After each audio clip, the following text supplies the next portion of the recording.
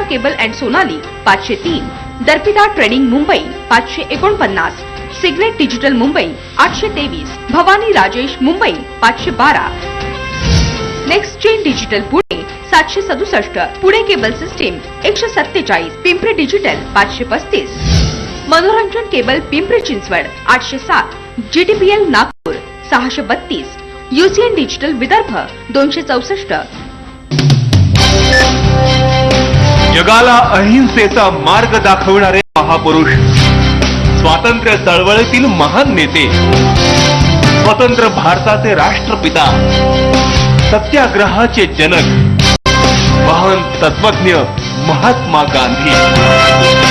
पण महात्मा गांधी झाले होते नाबाद. मित्रांनो, खचून जाऊ नका. अपयश म्हणजे गुन्हा नव्हे. पुन्हा जोमानं भरारी घ्या. Of course you can.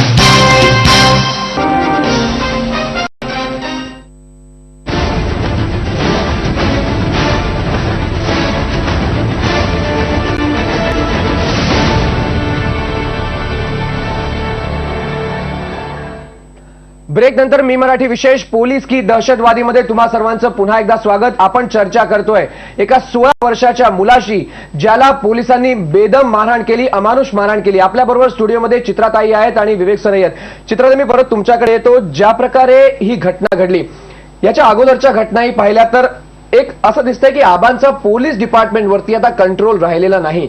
Either आबांचे वरिष्ठ पोलीस अधिकारी त्यांना ब्रीफ करत नसतील बरोबर, किंवा आबांनी गृहमंत्री म्हणून एक कंट्रोल जो ठेवायला हवा पोलीस अधिकाऱ्यांवरती, तो त्यांच्या हातातनं निसटतोय.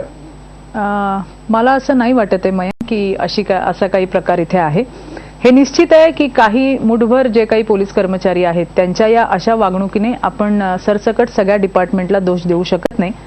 खूप सारे होनहार असे पोलीस ऑफिसर्स सुद्धा आपल्याकडे आहेत आणि ज्यांनी खूप चांगली कर्तबगारी, खूप चांगली कामगिरी केलेली आहे. आणि आजही तुम्हाला मी सांगेन की आजही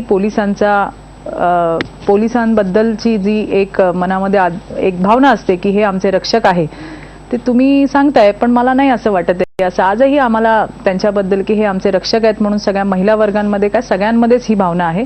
मगाशी पंडित सर म्हणाले की हा आदिवासी मुलगा आहे बाबू ठाकरे आणि त्याच्याबरोबर ही घटना झालेली घटना ही अतिशय निषेधार्ह आहे, त्याच्याबद्दल वादच नाही. पण मला असं वाटायचं आदिवासी असू दे किंवा कोणीही असू दे, सर्वसामान्य जरी तो कुठला आदिवासी नसता आणि सर्वसामान्य जरी मुलगा असता तरी सुद्धा पोलिसांनी त्याच्यासोबत हे असं वागायला नकोच आहे.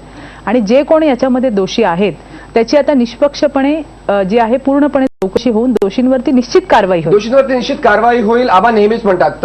आम्ही काही अशी झालेली सुद्धा आहे. बारामतीची स्टोरी जी आहे ती दाखवतो. बारामतीची स्टोरी तुम्हाला सांगतो. त्याच्यामध्ये मला बोलू दे. आबा नेहमी बोलत नाहीत, तर मी हे म्हणते की अशा दोषी अधिकाऱ्यांवर आबांनी वेळोवेळी कारवाई सुद्धा केलेली आहे. माझ्यापेक्षा तुमच्याकडे जास्त याचा डेटा असेल तर तुम्ही ते बघून घ्या. पण मी सांगते की या केसमध्ये सुद्धा जर पोलीस कर्मचारी कोणीही असतील ते जर यात दोषी आढळले तर निश्चितपणे त्यांना शासन होईल. त्यांना आबा कुठे ना कुठेतरी कारवाई करतील. चला, मी मानलं. पण महिला सुरक्षेचं तुम्ही म्हणालात, महिला सुरक्षेमध्ये बारामतीत महिला सुरक्षित नाहीत. आम्ही बारामतीची काही दिवसांपूर्वी स्टोरी दाखवली होती. तिकडच्या महिला म्हणतात पोलिसांमध्ये तक्रार करायला गेलो, पोलीस म्हणतात आता तक्रार नाही, नंतर द्या. पोलिसांनी चौकशी केलं नाही. आबांचा जर असा गृहमंत्रालयावरती कंट्रोल असेल, दादांचा जर असा वचक असेल, तर पोलीस महिला म्हणजे पोलीस का कारवाई करत नाहीत, हाच एक मुळात प्रश्न आहे.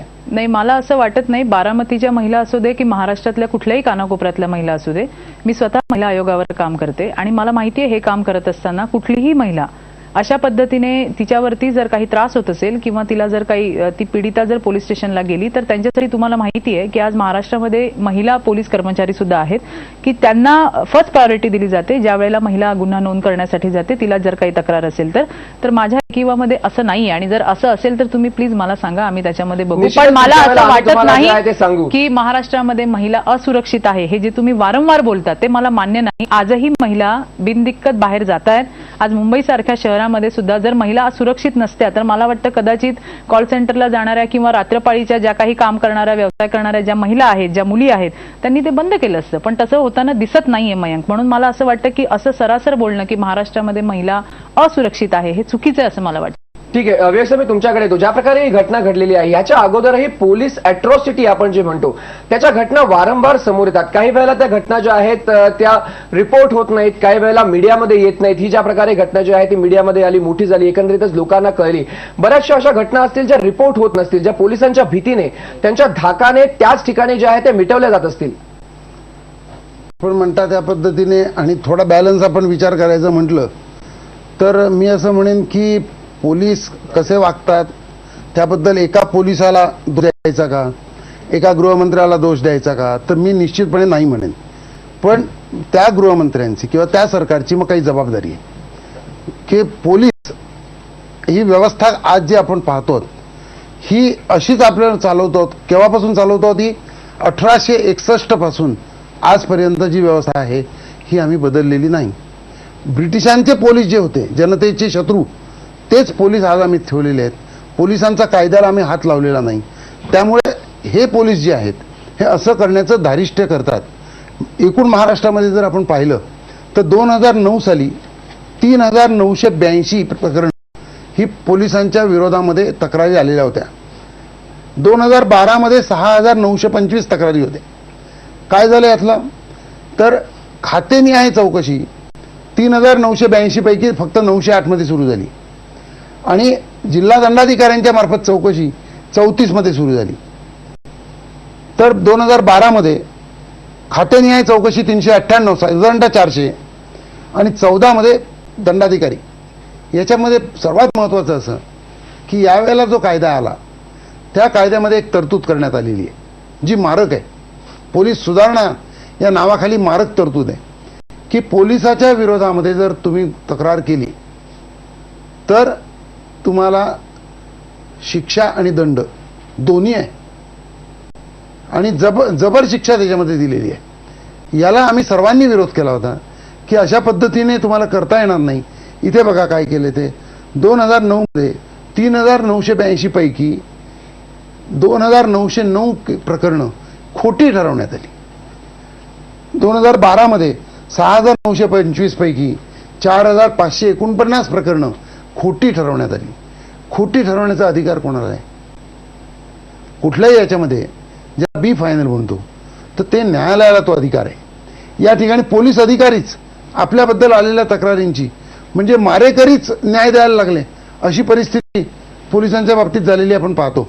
म्हणून मला असं वाटतं की पोलिसांची मानसिक स्थिती, पोलिसांची डोकी बदलण्याची गरज आहे. त्यांना आम्ही जनतेचे सेवक आहोत, त्यांच्यात ते आमचे मालक आहेत आणि त्यांच्या सुरक्षेकरता आम्ही आहोत. गुन्हेगारांना जरब बसवण्याकरता आहोत, सर्वसामान्य माणसांना जरब बसवण्याकरता नाही.